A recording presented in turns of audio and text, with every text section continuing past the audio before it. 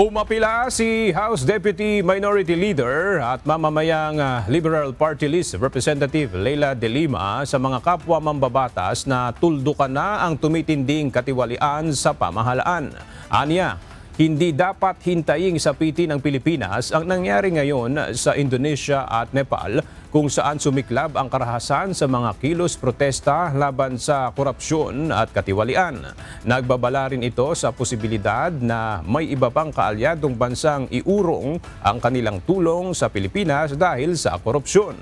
Ito ay matapos mapaulat ang pagkansela ng South Korea ng nasa 28.7 billion pesos na halaga ng infrastructure loan para sa bansa.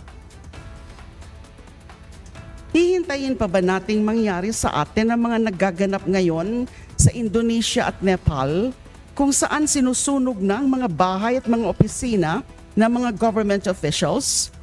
Ngayon lamang lumabas ang balita na kasamang nasunog at namatay sa loob ng kanyang bahay ang nag-resign na Prime Minister ng Nepal.